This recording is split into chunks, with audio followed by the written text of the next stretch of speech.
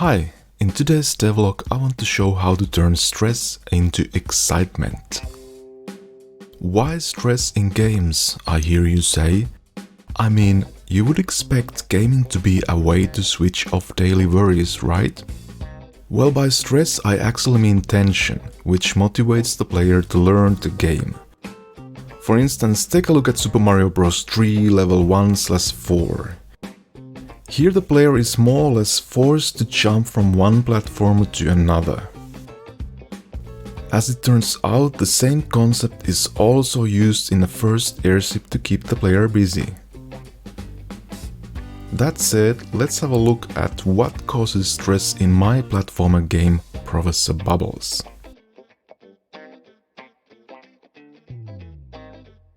Please meet Bunny, one of the least dangerous enemies in the game. Apart from being obviously a sleepwalker, this little guy has the superpower to push the player around. While a bunny alone doesn't really cause stress, we can change that by planting something dangerous around the bunny.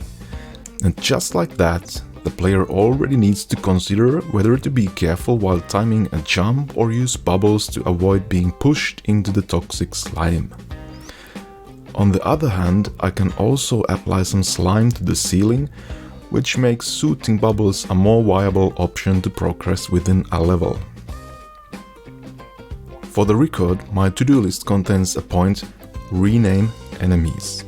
So if you have good ideas on how to call the non-playable characters I am showcasing in this video, let me know in the comments. Next up, I want to introduce somewhat more difficult enemies. At first, let's take a look at the Ghost. The Ghost is a close relative to its siblings in, say, Super Mario World. That is, they simply start to follow the player as the player enters the searching range of the Ghost. In the first place, I actually intended to implement the Ghost enemy exactly like this, but after some playtesting it became obvious that this would make gameplay way too challenging. So I ended up adding an escape state to the Ghost controller, and now the Ghost starts to flee immediately after being hit by a bubble. This way, once the Ghost is encountered in a level, the player will be motivated to shoot bubbles and to move around, which perfectly fits to the scope of the game. Okay. Next up we have the Cowboy, who scans for the player and spawns roaming missiles out of his hat. As the missiles have slightly higher velocity in comparison to the Ghost, the player is left with less time to react, which definitely increases the gameplay tension. Finally, we get to see one of my favorite enemies so far, the Ninja. The logic behind this enemy is actually quite similar to the Cowboy, but instead of missiles, the Ninja can shoot lightning strikes towards the player. Now, of course, spawning lightning immediately after sensing the player would turn this enemy impossible to dodge. And that is why I have implemented an additional charging/aiming state, which serves as an indicator for the player to move. Here the amount of tension can be tuned by changing the time delay between two consecutive lightning strikes. Now if we think about it, all of the three enemies I have presented here can be interpreted as a kind of a time limit given for the player to take an action.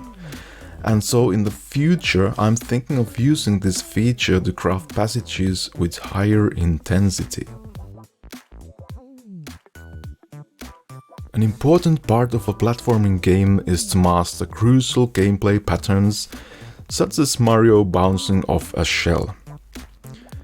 After the player gets comfortable with the basic mechanics, it is the job of the level designer to increase the tension gradually, so that the gameplay feels still fun and challenging throughout the game.